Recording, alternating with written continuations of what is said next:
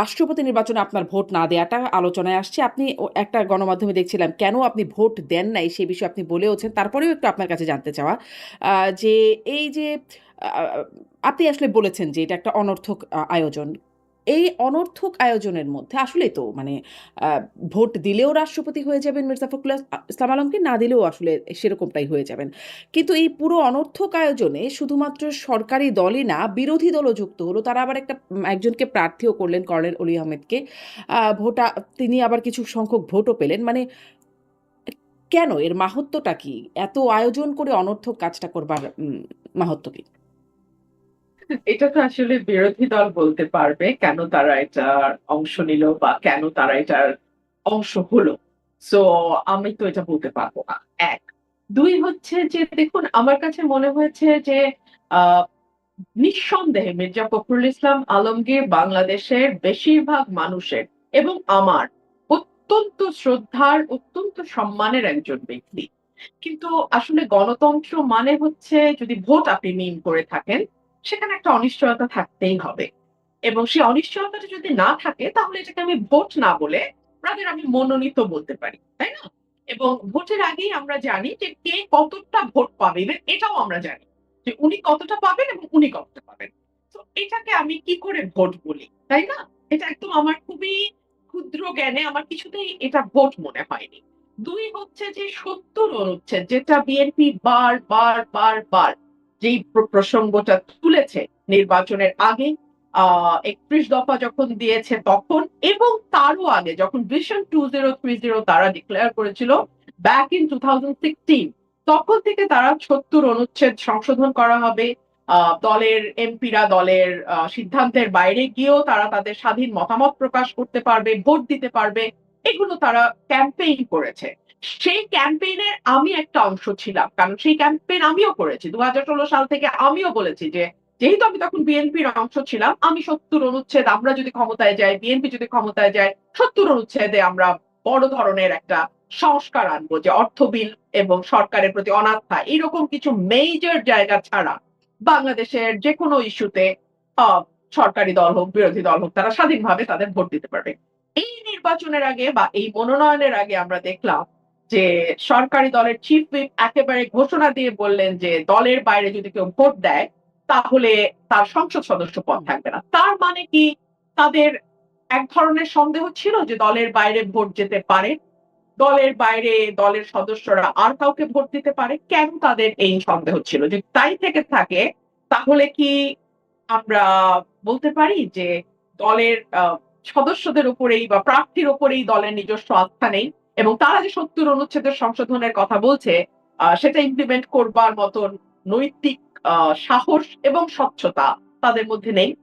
তো আমার কাছে মনে হচ্ছে যে যেই ৭০ অনুচ্ছেদ নিয়ে এত আলোচনা, এত ক্যাম্পেইন এবং আমি যার অংশ আ সেটা তো আসলে হলো না। ৩ হচ্ছে বাংলাদেশের রাষ্ট্রপতির পদটা অনেকটাই আলংকরিক এবং আমরা নিজেরাই এই কথাটা বহুবার বলেছি। সো এই কারণে রাষ্ট্রপতি প্রধানমন্ত্রীর ক্ষমতার ভারসাম্য আনতে হবে, আনা হবে, আনবো আমরা ক্ষমতায় গেলে। এগুলো কি এই দলগুলো বলেনি? বলেছে তো। কিন্তু এখন আপনি গত ৬ মাসে আ এই ধরনের কোনো আলোচনা বা এই ধরনের কোনো উদ্যোগ না দেখবেন সরকারি দল থেকে, না দেখবেন বিরোধী দল থেকে। তো এই যে একটি আলংকারিক পদে আপনি একজনকে দিচ্ছেন, না, হ্যাঁ? বিরোধী দলের পদ যার আসলে বিরোধী দল তেমন থেকে কোনো তো টুকটাক বলেই। বিরোধী দল থেকে তো জুলাই সনদ বাস্তবায়নের জন্য বলছে। আর জুলাই সনদে তো আসলে ভারসাম্য আনার বিষয়গুলো বলা আছে। ৭০ অনুচ্ছেদ রাষ্ট্রপতির প্রধানমন্ত্রীর মানে ভারসাম্য যেটা বলছিলেন, সে বিষয়গুলো তো আছে। মানে বিরোধী দলের পক্ষ হ্যাঁ, থেকে এগুলো দাবি করে তো। এটা তো কেবলমাত্র আসলে বিরোধী দলের ইস্যু ছিল না। এটা ছিল আওয়ামী লীগের বাইরে বাকি যত দল আজকে আপনি হুম। সংসদে দেখতে পাচ্ছেন প্রত্যেকের দাবি। কিন্তু সেটা ইমপ্লিমেন্ট করবার জন্য যেই আ সদিচ্ছাটা বা সেটাকে ইমপ্লিমেন্ট করতে বাধ্য করবার জন্য যেই চাপটা কোনটাই কিন্তু আমরা সেভাবে দেখছি না। হ্যাঁ? কিছু টুকটাক কথা বলা হচ্ছে হ্যাঁ করা হবে, করতে হবে। এই পর্যন্তই। আপনি দেখেন এখন পর্যন্ত কিন্তু আমরা সেই প্রেশারটা বা সেই চাপটা বা সেই সদিচ্ছাটা সরকারের তরফে আমরা দেখি নাই। সো এটা যেহেতু একটি আলংকারিক পদ, হ্যাঁ? অর্নামেন্টাল পজিশন বাট একটা মানে head of the state, head of the মানে স্টেট যিনি রাষ্ট্রপতি। এটাকে আমরা একজন মানে যিনি সকল দল মতের কাছে গ্রহণযোগ্য, অরাজনৈতিক, নিরপেক্ষ একজন ব্যক্তি। হ্যাঁ? গ্রহণযোগ্য বললে অনেকে আবার আমার সঙ্গে তর্ক তুলবেন, তবে কি উনি গ্রহণযোগ্য নন? হুম। না, আমি সেই অর্থে বলিনি। আমি বলেছি নির্দলীয় সকলের কাছে গ্রহণযোগ্য। সকলের কাছে গ্রহণযোগ্য হলে তো রাষ্ট্রপতি পদে একজন দাঁড়াতেন, দুজন দাঁড়াতেন না। তার মানে আরেকটা দলের কাছে মনে হয়েছে না উনি না হয়ে উনি হলে ভালো। তাই না? তো আমরা যদি বিচারপতি শাহাবুদ্দিনের মতন 1991 এর কথা বলছি। বিচারপতি শাহাবুদ্দিনের মতন একজনকে আমরা পেতাম 1996 এ যাকে প্রেসিডেন্ট করা হলো। তো তাহলে হয়তো যেটা সকলের জন্য গ্রহণযোগ্য, যার কোনো দলীয় হিস্ট্রি নাই। তাহলে হয়তো বেটার হতো। কারণ যেহেতু আপনি ৭০ এর বাইরে যাচ্ছেন না। যেহেতু আপনি ভোটটাকে ঠিক ভোট রাখছেন না। সো তাহলে আপনি এমন একজনকে দিন মানে এমনিই যে তো যিনি আপনিও আসলেই বললেন যে সকলের কাছে আপনিই তো গ্রহণযোগ্য। বললেন এটা আলংকরিক একটা পদ। ফলে রাজনৈতিক ব্যক্তি যাক, অরাজনৈতিক ব্যক্তি যাক, কি বা যায় আসে? আলংকরিক হলেও সামান্য কিছু পাওয়ার তার কাছে আছে। এবং বিশেষ করে যখন সরকার কোন ক্রাইসিস এ পড়বে, যখন কোন জরুরি অবস্থা জারির মতন অবস্থা তৈরি হতেও পারে। যেমন 5th অগাস্টের পরে একটা স্পেশাল সিচুয়েশন, একটা স্পেশাল সার্কামস্ট্যান্স তৈরি হচ্ছিল। তখন রাষ্ট্রপতির প্রয়োজনীয়তাটা বা রাষ্ট্রপতির পারফরম্যান্স এর ক্ষেত্রটা কিন্তু অনেক বৃহৎ। তো সে কারণেই তখন রাষ্ট্রকে রক্ষার একটা ব্যাপার হয়। রাষ্ট্রকে রক্ষার একটা প্রশ্ন আসে। সে কারণেই এটা আমার মত। আমার সঙ্গে আপনার একমত হুম। হতে হবে না। আমার সঙ্গে বাংলাদেশের আপনি কারো আপনি কি একমত এমন হওয়ার কারো দরকার কথা নাই। বলতে পারেন? অরাজনৈতিক ব্যক্তি কিন্তু সকলের কাছে গ্রহণযোগ্য। মানে ৫ই আগস্টের পরে আমরা দেখলাম ডক্টর ইউনূসের নাম এসেছিল। তিনি হয়ে গেলেন প্রধান উপদেষ্টা। এই রাষ্ট্রপতি নির্বাচনেও তার নামটা আলোচনায় ছিল। আ ফলে তিনি কি আপনার পছন্দের হতে পারতেন? বা আপনার মনে হয় কি? কে হতে পারতেন গ্রহণযোগ্য অরাজনৈতিক? এটা তো রাজনৈতিক দলগুলো মিলে আলোচনা করবে। আমি তো নাম প্রস্তাব আমি এককভাবে করতে পারি না। এটা রাজনৈতিক দলগুলো সেই ইচ্ছাটাই তো নাই শারমিন। আমার প্রশ্নটা হলো সেই জায়গাটাতে যে ওই সদিচ্ছাটুকু যে আচ্ছা আসেন খুঁজি। আসেন বের করার চেষ্টা করি। আচ্ছা পাইলাম না। ঠিক আছে হইল না। তাইলে আসেন আমরা ভোট দেই। কথা বুঝো শারমিন। যে আমরা ১ম এ খুঁজলাম, পেলাম না। হুম। ১ম ধাপ। ২য় ধাপে আসছে ভোট।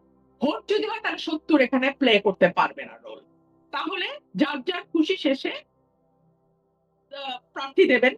সেই প্রার্থীকে যার খুশি সে ভোট দেবে। এই এই স্বাধীনতাটুকু এমপিদের দেওয়া উচিত ছিল, এটা আমার মত।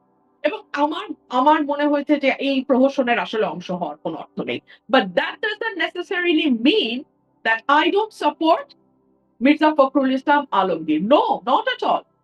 I have my full respect and honor for him. আমার তার ব্যাপারে কোনো প্রশ্ন নাই। কিন্তু এটা আসলে ব্যক্তি সংক্রান্ত বিষয় নয়।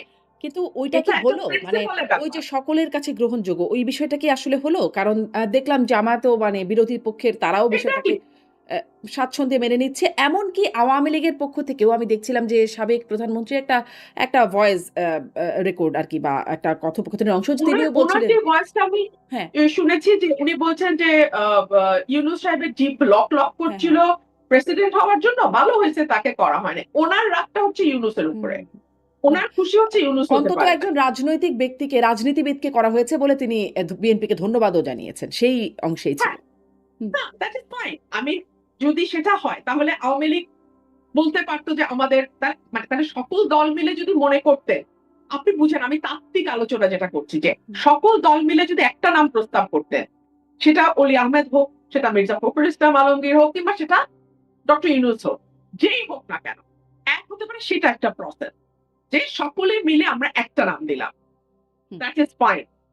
২ হতে পারে যদি সেটা না হয়, তাহলে ভোটের ক্ষেত্রে কোন ৭০ অনুচ্ছেদের বাধা হুম, থাকতে পারবে জি। না। এটা হলে হয়তো আমি নিজেই মির্জা ফখরুল ইসলামকে ভোট দিতাম। আমি ভোটটা দিতাম। কিন্তু আমার আর্গুমেন্টটা ওই জায়গাটাতে না। আমার আর্গুমেন্টটা হচ্ছে ৭০ অনুচ্ছেদের বাধাটা আপনারা কেন রাখছেন? এবং আপনি দেখেন মুনাফিকিটা কোথায়? এই নির্বাচন হওয়ার পরই স্বরাষ্ট্রমন্ত্রী আবার বলছেন হুম, হুম। যে, "আমরা ৭০ অনুচ্ছেদের বাধা তুলে দেব।" তো তাহলে তুমি এই ভোটের আগে তুললা না কেন? মানে এই এই মুনাফিকিগুলো ভালো লাগে নাই আমার কাছে। এই সিম্পল আর কিছু না। আর যে নতুন মন্ত্রিসভায় যারা নতুন মুখ যারা যোগ হলো, আ আপনার সেই সেই নতুন যোগটাকে কেমন মনে হলো? যারা নতুন আসলেন? আমার কাছে মনে হয়েছে যে এটা একটা ভিন্ন রকম দৃষ্টান্ত এবং এই দৃষ্টান্তটি আমার ভালো লেগেছে। কেন ভালো লেগেছে? যে নরমালি আমরা মন্ত্রীদের পারফরম্যান্স একবার মন্ত্রী হয়ে যাওয়ার পর সেটার কোনো আর রেটিং আমরা করি না যে আচ্ছা অমুক অমুক মন্ত্রী ভালো করছে উনি থাকবেন, বা অমুক মন্ত্রী ওনার জায়গায় হয়তো অত ভালো করছেন না, তো ওনাকে আমরা সরিয়ে অন্য কোথাও দেই। এইটা কিন্তু আমরা অতীতে কখনো দেখি নাই। But for the first time এটা অন্তত একটা মানে শুরু হলো। এখন মন্ত্রীরা আরেকটু সচেতন থাকবেন বলে আমার ধারণা। যে যদি না, পারফরম্যান্স মানে গত খুব ভালো সরকার না মানে আমি হয় আওয়ামী তাহলে লীগ হয়তো সরকারের সরিয়ে সময় দেওয়া বলছি। যায়। সেখানেও তো মন্ত্রিসভায় রদবদলের ঘটনা ঘটেছে। হ্যাঁ, কিন্তু এটা একেবারে ১৮০ দিনের মধ্যে যেটা আ প্রাইম মিনিস্টার একটা বলেছিলেন যে, "আমি ১৮০ দিন পারফরম্যান্স দেখব। হুম। তারপর আমি কাউকে ইনক্লুড করব, কাউকে এক্সক্লুড করব।" So he kept his promise. ওই জায়গাটাতে আমার ভালো লেগেছে যে ঠিক আছে ১৮০ দিন। এর মধ্যে প্রশ্ন আসতে পারে বিদ্যুৎ মন্ত্রী ইস আ টোটাল ফেইলিউর। উনাকে কেন কিছু করা হলো না? এর মধ্যে প্রশ্ন আসতে পারে বিদ্যুৎ মন্ত্রী আগেও বিদ্যুৎ মন্ত্রী ছিলেন এবং উনি সরকারকে ডুবিয়েছেন। কিন্তু উনার অবস্থার কিন্তু কোনো পরিবর্তন হয়নি। এটা ডেফিনিটলি যিনি সরকার প্রধান আছেন উনি নিশ্চয়ই এই বিষয়গুলো বিবেচনায় নেবেন বা নিচ্ছেন। আর ইন্টারেস্টিং যেটা হয়েছে যে এখন আমাদের ডাবল মন্ত্রী হয়েছে। যেমন হুম, তথ্যমন্ত্রী ২ জন। আজকেই আমি জাগো নিউজে দেখছিলাম আপনার এখানে হুম, বসার আগে যে এখন পর্যন্ত যিনি ভূতপূর্ব তথ্য মানে যিনি আগে তথ্যমন্ত্রী ছিলেন হুম। উনি কিন্তু এখনো জহিরুদ্দিন আ স্বপন। হুম, তথ্যমন্ত্রী আছেন। সো এই মুহূর্তে যে মুহূর্তে আমি আপনি কথা বলছি, আমাদের এখন তথ্যমন্ত্রী ২ জন, পররাষ্ট্র প্রতিমন্ত্রী ২ জন। সো এটাও কিন্তু ইতিহাসে নজিরবিহীন। বিরল ঘটনা। মানে একই সঙ্গে একই মন্ত্রণালয়ে ২ জন মন্ত্রী, ২ জন প্রতিমন্ত্রী। সো আমি জানি না এটা আসলে সরকারের নিশ্চয়ই কোনো প্ল্যান আছে। তো এটা তো এখনো 24 আওয়ার্স পার দেখা হয় নাই। যাচ্ছে যে লেটস সি কিছু হোয়াটস দেয়ার গণমাধ্যমে প্ল্যান। দেখছি যে মানে আগের মানে তথ্যমন্ত্রী যিনি জহিরুদ্দিন স্বপন তাকে প্রধানমন্ত্রীর মন্ত্রী পদমর্যাদায় প্রধানমন্ত্রীর উপদেষ্টা করা হবে। এরকমটা দেখছি। আর আন্দালিব রহমান পার্থ থাকবেন হচ্ছে তথ্যমন্ত্রী। এরকম খবর আসছে। আমিও সেটা দেখেছি। হ্যাঁ। আমিও দেখেছি বাট এখন পর্যন্ত মানে আমি ঠিক এইজন্যই বললাম যখন আপনি আর আমি কথা হুম, হুম, বলছি, হুম। এই মুহূর্তে আমাদের ২ জন করে মন্ত্রী আছেন। তো এটা কি মানে আপনি ভেতরে থেকে দেখেছেন জোটের মধ্যে জোট নেতাদেরকেও দেখেছেন। জহিরুদ্দিন স্বপনের চাইতে কি আন্দালিব রহমান পার্থ তার যোগ্যতর তথ্যমন্ত্রী হিসেবে বা তিনি কি একটু কম যোগ্য? যিনি আগে ছিলেন বা আ এখনো আছেন? যিনি ছিলেন উনি মাত্র ৬ মাস কাজ করেছেন। আমার পক্ষে ইভ্যালুয়েশন দেয়াটা মুশকিল। আর পার্থ ভাই he is now for the first time. এখনো উনি কাজ শুরুই করেননি। সো এই কম্প্যারিজন তো আসেই না। আর দুজনকেই ব্যক্তিগতভাবে আমি চিনি। দুজনেই চমৎকার মানুষ। দুজনেই আ অত্যন্ত আমি কি বলবো? অত্যন্ত চমৎকারভাবে কথা বলেন মিডিয়ার সঙ্গে দুজনেরই খুব ভালো একটা বোঝাপড়া আছে, যতদূর আমি জানি। হুম। সো আমার কাছে মনে হয়েছে দেখা যাক কি হয়। আচ্ছা, মাত্র ১৮০ দিন বলছেন। এই ১৮০ দিনে আপনি আসলে আপনি তো খুব আপনার সাথে মিডিয়ার সম্পর্ক খুব ভালো। আমরা যখন গণমাধ্যমে মেইনস্ট্রিম মিডিয়াগুলোতে কাজ করতাম তখনও দেখেছি বা অন্যান্য যারা আছে তাদের সাথেও আপনার সম্পর্ক খুব ভালো। আপনি মানে আপনি আসলে পার্থক্য কতটুকু দেখলেন এই ১৮০ দিনে গণমাধ্যমে কি পরিবর্তন হলো? আ আপনি গণমাধ্যমের ভূমিকার কথা বলছেন? সার্বিকভাবেই বলছি গণমাধ্যমের ভূমিকার কথা, গণমাধ্যমের ভেতরের চিত্রের কথা। কারণ আপনি যখন ভেতরে যান ভেতরের অনেক কিছুই আপনার চোখে পড়ে বা অনেকেই আপনার সাথে খুব ক্লোজলি মেশেন। ফলে এই প্রশ্নটা করছি যে গণমাধ্যমের ভেতরে গণমাধ্যমের ভূমিকা কি পরিবর্তন হলো? আ দেখুন গণমাধ্যমের মধ্যে এক ধরনের ভীতি কাজ করছে। মানে আগের আমলে চাপে হোক, সেলফ সেন্সরশিপ এর জন্য হোক বা মালিক পক্ষের চাহিদা অনুযায়ী হোক, তাদেরকে একভাবে কাজ করতে হয়েছে। হ্যাঁ? যেটা হয়তো অনেক সময় প্রফেশনাল এথিক্স এর সাথেও এক ধরনের ক্লাশ তৈরি হয়েছে। মানে হতে বাধ্য হয়েছে। মালিক পক্ষের চাপ আছে, এজেন্সির চাপ আছে। সব মিলিয়ে গণমাধ্যম ওয়াজ আন্ডার প্রেশার। তো আন্ডার প্রেশার এ তাদের কিছু কাজ হয়তো অনেক সময় করতে হয়েছে যেটা প্রফেশনাল এথিক্স এর সাথে খুব ভালোভাবে যায় না। কিছুটা বিচ্যুতি হয়। আর আমাদের মতন দেশে এটা খুব একটা আ আশ্চর্যের ব্যাপারও না। ঠিক আছে? সেখানে এখন আবার তাদের মধ্যে সেই ভীতিটা কাজ করছে যে এখন আমাদের আরো সুপার সার্ভিস দিতে হবে। হ্যাঁ? ওই সরকারকে আমরা যেভাবে সার্ভিস দিয়েছি এখন তো আবার একেবারে 180 ডিগ্রি ডিফারেন্ট একটা গভর্নমেন্ট। তো এখন এদেরকে আবার যতটুকু না দরকার প্রফেশনালি তার চেয়ে বেশি সার্ভিস তাদেরকে হয়তো অনেক সময় দিতে হতে পারে। একটা ভীতি গণমাধ্যমের উপর ১ম দিকে খুবই কাজ করেছে। এটা হয়তো এখন অনেকটাই কমে আসছে। আরেকটা হচ্ছে যে সর্বোচ্চ তো এক ধরনের ইমব্যালেন্স তৈরি হয়েছে। হ্যাঁ? সর্বোচ্চ এক ধরনের ইমব্যালেন্স তৈরি হয়েছে। সেটা কিরকম? সেটা হচ্ছে যে এটা আওয়ামী লীগের আমল থেকেই আমরা দেখে এসছি যে আমরা সরকার প্রধানকে বাদ দিয়ে আর সকলের সমালোচনা করব। হ্যাঁ? সেই ধারাবাহিকতাটা আমি এখনো আমি গণমাধ্যমের মধ্যে লক্ষ্য করি যে there is one savior and he is the angel or she is the angel and rest are the devils and those devils are so মানে কি বলবো so notorious যে তারাই প্রধানমন্ত্রীকে অলওয়েজ ভুল বুঝায়, হুম, অলওয়েজ ভুল পথে নেয়। হ্যাঁ, প্রধানমন্ত্রী কিন্তু ফেরেশতা। হুম, হুম, এইটা আমি আওয়ামী লীগের সময় দেখেছি and I'm now seeing the continuation of that old story. But মজাটা কি জানেন শারমিন? যখন শেখ হাসিনার পতন হলো, তখন কিন্তু কেউ আর কোনো মন্ত্রীকে গালি দিল না। হুম, হুম, সকল দোষ গিয়ে শেখ হাসিনার ঘাড়ের উপর উঠল। হ্যাঁ, এত বছর উনি ফেরেশতা। এখন one and only দুষ্ট person became Sheikh Hasina after 5th হুম, August, তাই না? হুম, তো আমি খালি এই সরকারকে ওটুকুই মাথায় রাখতে বলবো। হ্যাঁ? যে আপনারা কোনো আ তেলবাজিতে না গা ভাসায় দিয়েন না। কারণ এটা যখন ব্যাকফায়ার করে তখন ওই সরকার প্রধানের উপরেই পুরা গুলিটা চলে যায়। তখন কিন্তু আর আপনার আ পারিষদ, চাটুকার, আ এখন যাদেরকে শুভানুধ্যায়ী দেখবেন তাদেরকে কিন্তু কেউ বকবে না। তখন স্ট্রেইট অ্যাওয়ে যারা আজকে ৳১০০ র খাবার নিয়ে উচ্ছ্বাস করছেন, যারা আজকে ৳২০০ র শার্টকে সেলিব্রেট করছেন, যারা আজকে সাধারণ জীবনযাপনকে একেবারে বড়ভাবে উদযাপন করছেন, তারা সেকেন্ডে কিন্তু গুলিটা আপনার দিকে তাক করবে। সো আমি এটুকুই বলব যে 5th অগাস্ট থেকে শিখেন, তাই না? হুম। আপনি মানে ফেরেশতা আর ডেভিলের মধ্যে ১ রাতের ডিফারেন্স। হুম, ১ রাতের মধ্যে। যেটা আমি ইয়েকে দেখেছিলাম শেখ রেহানা আ তাদের যেই অটোবায়োগ্রাফি হুম, ২ মানে শেখ হাসিনা এবং শেখ রেহানা যে করেছিলেন একটা হুম, সিনেমা হ্যাঁ, আ ইয়ে আপনি নামটা যদি বলেন আমি ভুলে গেছি নামটা ডটার্স মনে টেল পড়ছে না। এরকম একটা মুভি ডক্টর হয়েছিল। Stein absolutely. হুম, ডক্টর স্টেইন বলেছিলেন যে ১৫ই অগাস্টে আগের রাত মানে ১৪ই অগাস্টে উনারা যখন দেশের বাইরে ক্যান্ডেল লাইট ডিনার করছেন এবং ১৫ই অগাস্ট যখন বঙ্গবন্ধু সপরিবারে নিহত হন, পরের দিন যে ওই বাড়িতেই তাদেরকে কি ব্যবহারের মুখোমুখি হতে হয়েছে, এটা উনি নিজের মুখে বলেছেন। তো মানে ক্ষমতায় যারা থাকেন তাদের কিন্তু দিন আর রাত আকাশ হুম। পাতাল হয়ে যেতে পারে। আমি জাস্ট এটুকুই বলতে চাই। আপনি আ যখন বিএনপিতে ছিলেন তখনও বিএনপি সম্পর্কে আপনার কাছে অনেক প্রশ্ন করতাম। আপনি বিএনপিকে নানানভাবে ডিফেন্ড করতেন বিভিন্ন ক্ষেত্রে।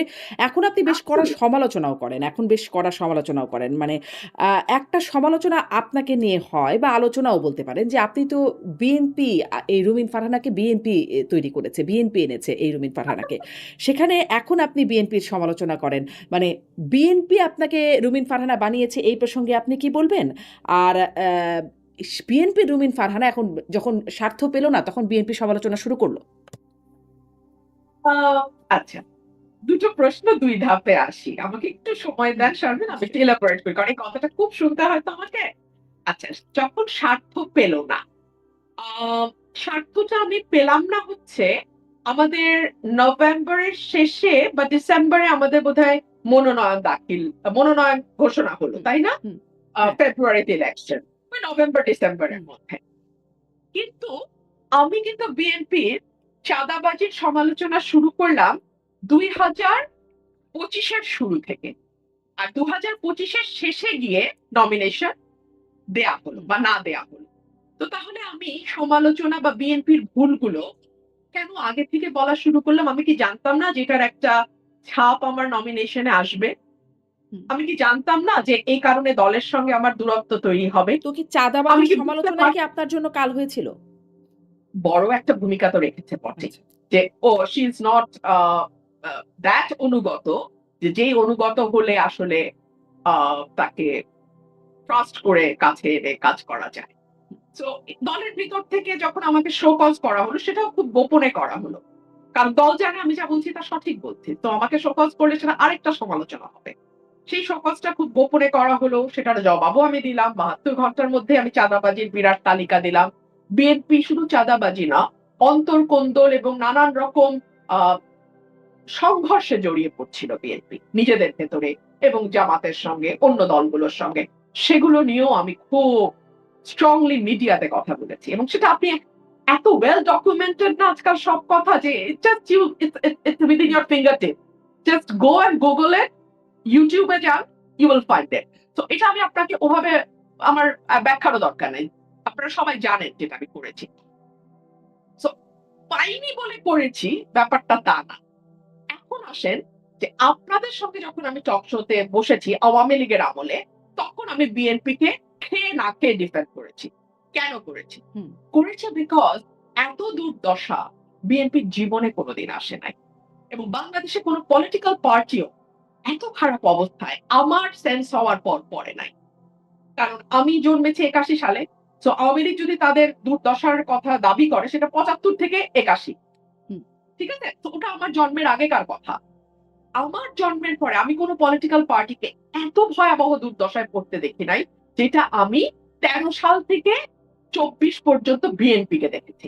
আর তখন তখন যদি আমি গুমের বিরুদ্ধে কথা বলি, ইলেকশন ইঞ্জিনিয়ারিং এর বিপক্ষে কথা বলি, আমি যদি হিউম্যান রাইটস ভায়োলেশন নিয়ে কথা বলি, আমি যদি করাপশনের বিরুদ্ধে কথা বলি, সবগুলো কিন্তু অটোমেটিক্যালি বিএনপির পক্ষে যায়। হুম।